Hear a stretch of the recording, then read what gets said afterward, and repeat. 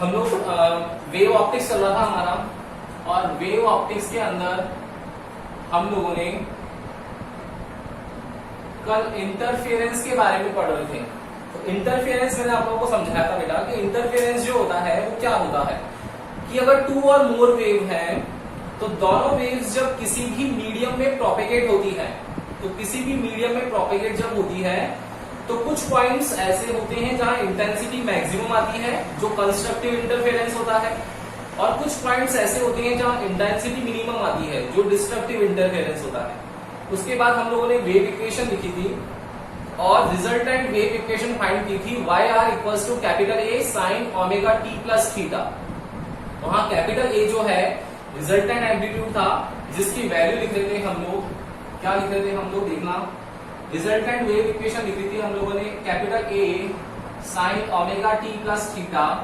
यहां capital A लिखा था हम लोगों ने under root a1 square plus a2 square plus 2a1 a2 cos phi, and resultant angle लिखा था theta tan inverse a2 sine phi upon a1 plus a2 cos phi. ये हम लोग अभी तक लिख चुके हैं। फिर constructive interference a1 plus a2, destructive a1 minus a2, उन दोनों के लिए फेज एंगल 0 आ गया था। ये कहानी कल तक की थी। आज की कहानी कहां से स्टार्ट हो रही है? अब हम लोगों को एक न्यू टॉपिक पढ़ना है, वो है इंटेंसिटी। इसको डिनोट करते हैं किससे? कैपिटल आई से। यस, इंटेंसिटी क्या होती है बेटा? इंटेंसिटी क्या होती है कि कोई भी लाइट जो है, हम लोग बोलते हैं ना, एक तो आप लोग लगा दो मून लाइट, बहुत छोटी सी है, 0 वॉट या 2 वॉट 3 वॉट 5 वॉट तक उसकी इंटेंसिटी, और एक लगा दो आप लोग जो डेकोरेशन लाइट्स होती है वो वाली, और एक लगा दो हैलोजन। तीनों में कंपेयर करो, आपको डेफिनेटली ये समझ में आ रहा होगा कि हैलोजन लाइट्स जो होती है वो उनकी इंटेंसिटी बहुत तेज होती है। क्यों होती है? क्योंकि तो लार्जर एरिया को कवर करती है, पहली चीज। दूसरी चीज, उसके अंदर लार्जर एरिया को कवर करने के साथ साथ उसका एम्पलीट्यूड जो होता होगा वो मैक्सिमम होता होगा। तो यहां पर इंटेंसिटी का यही रूल है, द रिजल्टेंट ऑफ इंटेंसिटी, जो the resultant of intensity I जो है, I is directly proportional to the square of the amplitude. क्या होगा? The intensity of the wave is directly proportional to the square of the amplitude. Clear? मैं अगर इसको first wave के लिखूंगा तो फर्स्ट वेव का एम्पलीट्यूड था स्मॉल a1, तो क्या आ जाएगा? I1 proportional to a1 square, and for second wave कितना आएगा? I2 proportional to a2 square. Clear? Now जब प्रोपोर्शनल साइन हटाते हैं तो कांस्टेंट आएगा, तो यहां पर आ जाएगा I equals to k a square, यहां आ जाएगा I1 equals to k a1 square, और यहां आ जाएगा I2 equals to k a2 square. आप बोलोगे कि सर रिजल्टेंट इंटेंसिटी निकालें, तो रिजल्टेंट इंटेंसिटी क्या होगी बेटा? कैसे निकालेंगे हम लोग? कि जो फॉर्मूला गिवन है उसमें वैल्यू रख लेनी चाहिए। फॉर्मूला क्या गिवन है? ये वाला। तो I इक्वल्स टू क्या गिवन है? k a square. Now a square की वैल्यू, a कितना है? ये है, स्क्वायर हटाएंगे तो अंडर रूट हटाएंगे तो स्क्वायर आ जाएगा, तो वैल्यू क्या आ जाएगी? I equals to k a1 square plus a2 square plus 2a1 a2 cos phi. Multiply करते हैं अंदर तो कितना आ जाएगा? I equals to k a1 square plus k a2 square plus 2k a1 a2 cos phi. मुझे I चाहिए, देखो, तो k a1 की जगह लिख देंगे I1, इसकी जगह लिख देंगे I2, लेकिन यहां क्या करेंगे? यहां कुछ करना पड़ेगा। देखते हैं, देखो इसको कैसे चेंज करेंगे और I1 I2 लिखेंगे, देखना बेटा।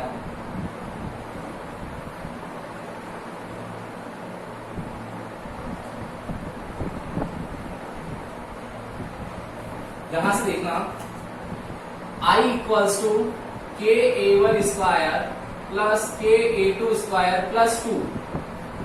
यहां k की पावर कितनी है? 1 है, और हाफ प्लस हाफ 1 होता है क्या? बिल्कुल होता है। तो क्या मैं इसका अंडर रूट लिख सकता हूं?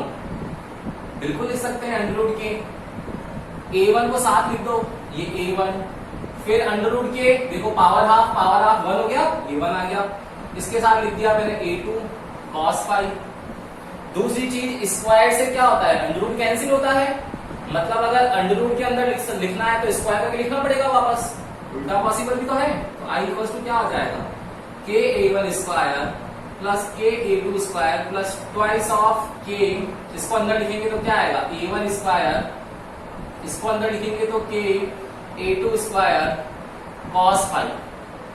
देखो अंडर रूट के ए वन स्क्वायर अंडर रूट के ए टू स्क्वायर, के ए वन की वैल्यू आई वन है, इसकी वैल्यू आई टू है, तो कितना आ जाएगा I one plus I two plus two under root I one I two cos five. तो आई की वैल्यू कितनी आएगी, I one plus I two plus two under root I one I two cos five. ये आप लोगों के पास में रिजल्टेंट वेव की इंटेंसिटी आ गई। रिजल्टेंट इंटेंसिटी ऑफ वेव होगी I one plus I two plus twice of under root I one I two cos five. ये आप लोगों के पास में रिजल्टेंट इंटेंसिटी आ गई। अब इस केस को कंस्ट्रक्टिव के लिए और डिस्ट्रक्टिव के लिए दोनों के लिए अप्लाई करना है। कैसे करेंगे, एक बार स्क्रीनशॉट ले लो उसका, फिर आगे चलते हैं। ले लो फटाफट से स्क्रीनशॉट।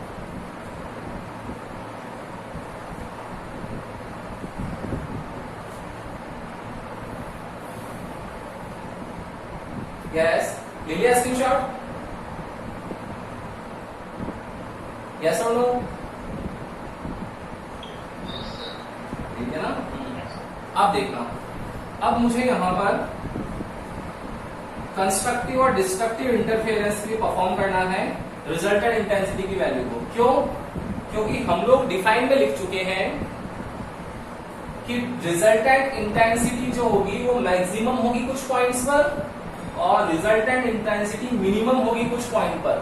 तो जब इंटेंसिटी मैक्सिमम और मिनिमम हो रही है तो वर्ड बोल दिया, वर्ड यूज कर दिया मैक्सिमम। लेकिन आप लोग पूछोगे सर कितनी मैक्सिमम, कितनी, 5 है, 10 है, 15 है, कितनी है? तो मैक्सिमम की वैल्यू निकालनी पड़ेगी। सेम ऐसा मिनिमम, तो मिनिमम कितना, 0 में होगा या माइनस में होगा या कुछ और होगा, मिनिमम तो कुछ भी हो सकता है। तो वैल्यू फाइंड करनी पड़ेगी। तो वैल्यू आएगी यहां पर, फर्स्ट केस है इसका कि फर्स्ट हम लोग फाइंड कर रहे हैं for constructive interference. Yes, constructive interference क्या होता है कंस्ट्रक्टिव इंटरफेरेंस में? When the phase angle in between two waves is in the order of 0 degree, 2 pi, 4 pi, 6 pi, 2n pi, then wave construct the constructive interference. देखो तो बेटा कितना आ जाएगा इससे answer, I equals to I one plus I two plus twice of under root I one I two cos 0। चाहे cos 0 रखो, 2 पाई रखो, मैंने कल बताया था सबकी वैल्यू वही आएगी 1। तो देखो i1 plus i2 plus 2 of under root i1 i2 बचेगा। तो बताओ ये किसका होल स्क्वायर है? ये under root i1 plus under root i2 का होल स्क्वायर है, बिल्कुल है। होल स्क्वायर करोगे तो i1 आ जाएगा प्लस b स्क्वायर की जगह ये आ जाएगा प्लस 2 ऑफ ab आ जाएगा, बिल्कुल आ रहा है सब, ठीक है ना? तो आप लोगों के पास under root i1 plus i2 देखो मैक्सिमम आ रहा है, प्लस का है, मैक्सिमम वैल्यू आ रही है। अब अगर यही काम हम लोग डिस्ट्रक्टिव के लिए करें,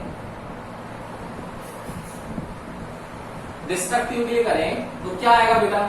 डिस्ट्रक्टिव इंटरफेरेंस क्या होता है?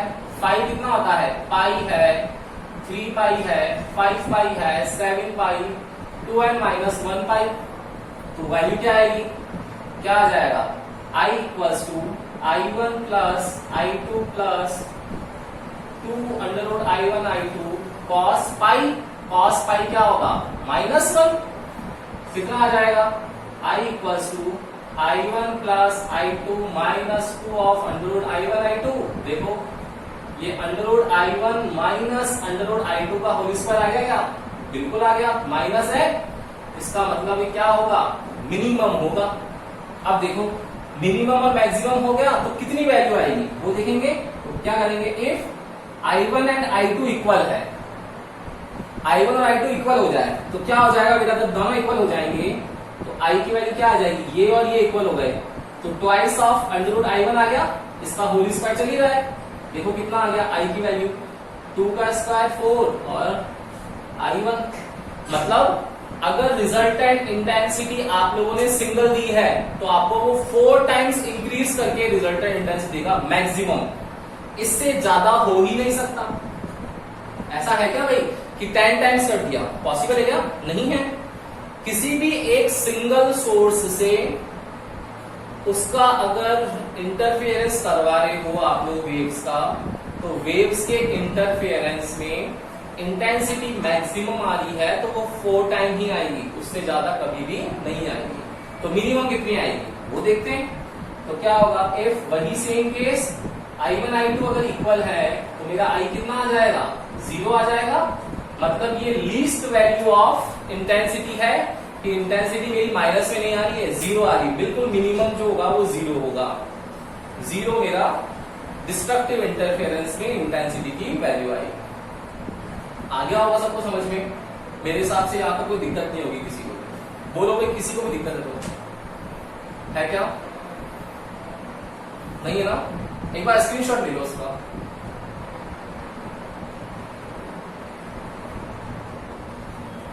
यस, ले लिया स्क्रीनशॉट, ले लिया। अब देखना, ये इंटेंसिटी कंप्लीट हो गई अपने पास। अब आज हम लोग नया टॉपिक स्टार्ट कर रहे हैं। आप लोगों के न्यू सिलेबस के अकॉर्डिंग इस टॉपिक के आगे यंग डबल स्लिट एक्सपेरिमेंट आ रहा था, यंग डबल स्लिट एक्सपेरिमेंट, और दूसरी चीज आती थी फ्रॉनहोफर डिफ्रैक्शन और फ्रेनेल डिफ्रैक्शन। वो आप लोगों के अभी जो न्यू सिलेबस है उस अकॉर्डिंग उन दोनों टॉपिक्स को हटा दिया है। केवल एक लास्ट टॉपिक रखा है पोलराइजेशन। तो हम लोग उसी टॉपिक को करने वाले हैं, पोलराइजेशन को। और उस अकॉर्डिंग क्या करते हैं देखो,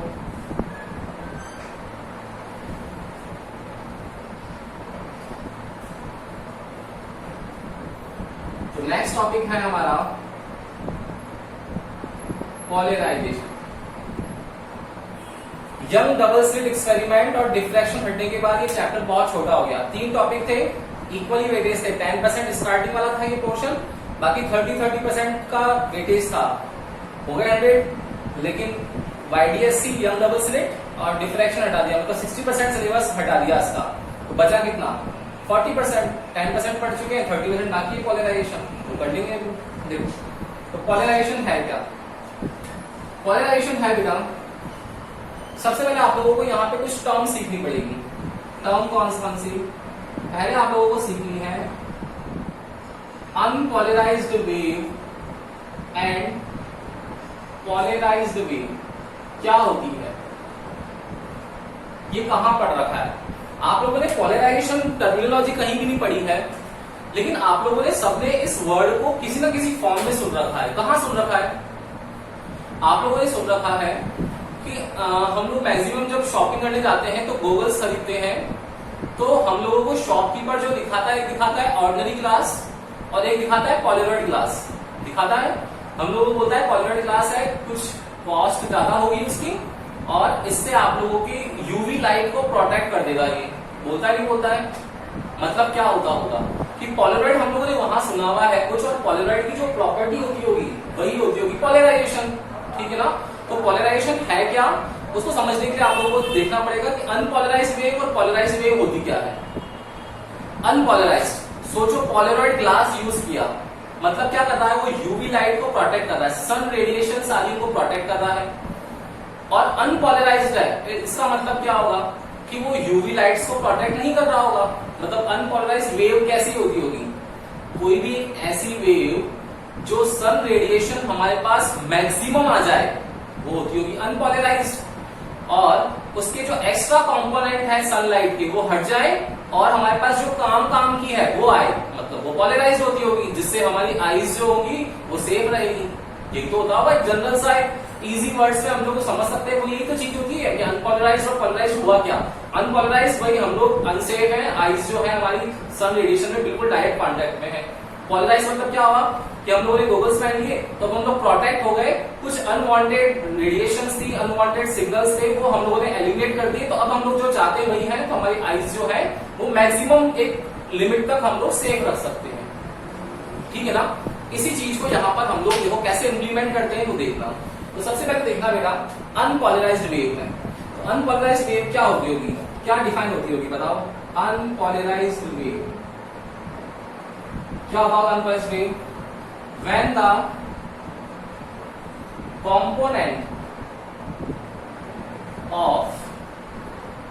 component of light vector, देखो लाइट है, मैंने क्या लगाया, वेक्टर और लगा दिया, क्यों, क्योंकि डायरेक्शन की बात कर रहे हैं। तो when the component of light vector is propagate in all possible direction,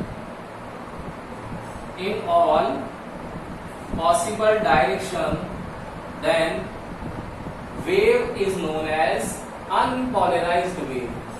मतलब कंपोनेंट सारी डायरेक्शन में चले तो वो कौन सी वेव है, अनपोलराइज्ड। कोई डायरेक्शन फिक्स नहीं है, ये तो हर तरफ मूव कर जाएगा, तो क्या होगा, देखो कि एक पॉइंट है, उसकी रिस्पेक्ट में इसके कोऑर्डिनेट देखो हर तरफ है। बताओ, इसकी मैं आपको बोलूं कि डायरेक्शन निकालो, कोई बता सकता है मुझे डायरेक्शन कौन सी डायरेक्शन होगी, निकल ही नहीं सकती है, ये तो सारी पॉसिबल डायरेक्शंस में मूव कर रहा है। तो ये लाइट जो होगी वो कौन कैसी होगी, अनपोलराइज्ड वेव होगी। Now second is polarised wave. Polarised wave कैसी होती है, इसका कोई ना कोई पर्टिकुलर डायरेक्शन होगा, तो कौन सी डायरेक्शन होगी वो देखनी पड़ेगी। तो क्या होगी, when the component of light vector is perpendicular to the direction of propagation, then it is known as polarized wave। कि भाई कंपोनेंट जो हो वो क्या हो, परपेंडिकुलर हो, किसके, डायरेक्शन ऑफ प्रोपेगेशन के। लेट सपोज अगर वो एक वेव है और वेव किसी एक डायरेक्शन में मूव कर रही है, लेट सपोज एक्स डायरेक्शन में मूव कर रही है वेव, तो प्रोपेगेशन डायरेक्शन क्या हो गई, एक्स हो गई। अब इसके कंपोनेंट होने चाहिए, वो कैसे होने चाहिए, परपेंडिकुलर। मतलब यहां पर कंपोनेंट कैसा होगा, ये परपेंडिकुलर, देखो ये परपेंडिकुलर, ये परपेंडिकुलर है, क्या परपेंडिकुलर कंपोनेंट है ना, इट मींस ये क्या है, क्या होगी, when the component of light vector, when the component of light vector are perpendicular to the direction of propagation, then that wave is known as transverse or longitudinal। yes, 11th class क्या आएगा, 11th में पढ़ चुके हैं हम लोग। Transverse wave, longitudinal क्या होती है, लॉन्गिट्यूडनल में कंपोनेंट जो होते हैं वो मूविंग करते हैं along the direction, the component of the, आ गया ना याद, the component of the wave particle या the component of the light vectors are oscillate in the same direction of propagation, in the same direction of propagation, then that wave is known as longitudinal wave. And when the component of the light vectors are perpendicular to the direction of propagation, then transverse wave. मतलब ये transverse wave ही तो है, तो transverse wave ही तो मेरी polarised हुई या नहीं हुई, लॉन्गिट्यूडनल हो सकती है क्या, बिल्कुल नहीं हो सकती है। तो लॉन्गिट्यूडनल वेव्स जो होगी, ये लॉन्गिट्यूडनल वेव है, ये लॉन्गिट्यूडनल वेव कभी भी आप लोगों के पास में पॉलराइज्ड नहीं होती होगी। तो कैसी होती होगी, अनपॉलराइज्ड होती होगी। ट्रांसवर्स वेव क्या होती है, परपेंडिकुलर कंपोनेंट होते हैं, इसका मतलब ये पॉलराइज्ड वेव होती है। पॉलराइज्ड वेव है तो यहाँ पर ट्रांसवर्स वेव जो है वो पॉलराइज्ड वेव का एक एग्जाम्पल हो गया। बोलो आया समझ में आ गया ना। तो अनपॉलराइज्ड में क्या होगा, कोई डायरेक्शन फिक्स नहीं, पॉलराइज्ड में क्या होगा, परपेंडिकुलर डायरेक्शन फिक्स। आया समझ में, आ रही ना, गाड़ी पकड़ में आ रही भाई, ठीक है ना। एक बार इसका स्क्रीनशॉट ले लो, फिर आगे चलते नई चीज सीखते हैं। यस, ले लो स्क्रीनशॉट।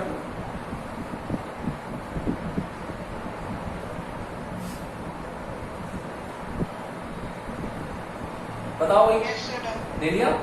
अब देखना, अब दो डिफाइंस और है बेटा पॉलराइजेशन में।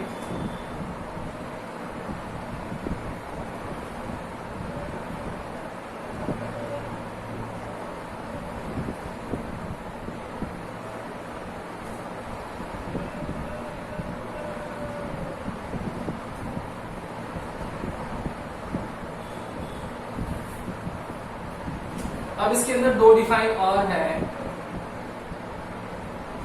एक होता है polariser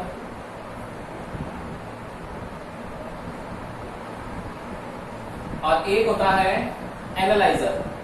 yes, polariser and analyser. क्या होता है पोलराइजर और एनालाइजर, देखना पड़ेगा। देखो पोलराइजर क्या करेगा, अनपोलराइज्ड लाइट को पोलराइज्ड लाइट में कन्वर्ट करेगा। तो सबसे पहले हम लोग डिफाइन लिखेंगे किसकी, पोलराइजर। तो क्या होगी बेटा पोलराइजर की, क्या होगी define, it is an optical instrument, it is an optical instrument which convert the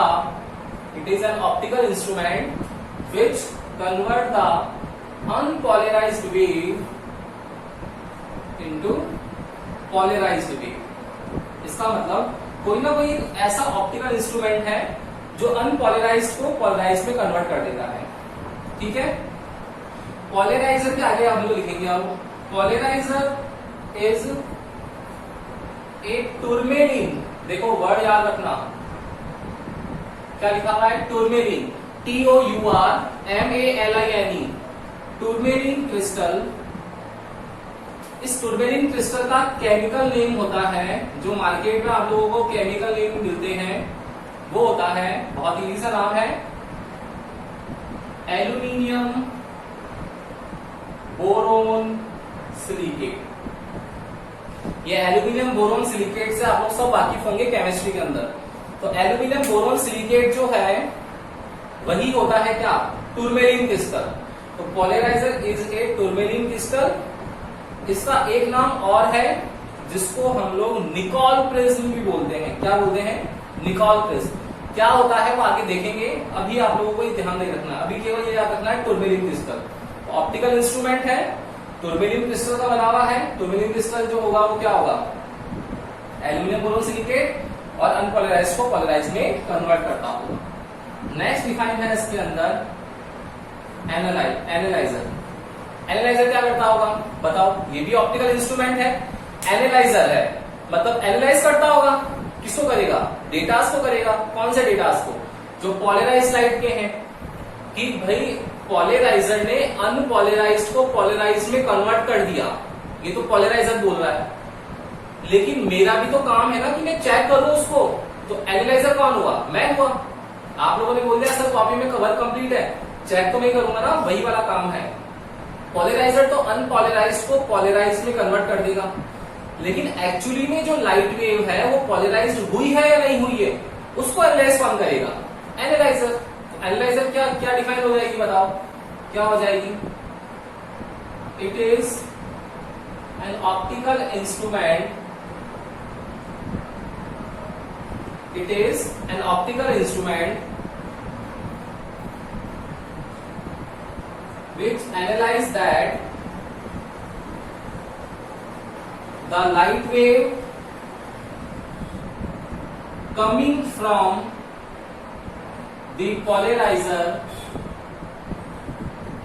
the light wave coming from the polarizer is polarized or not।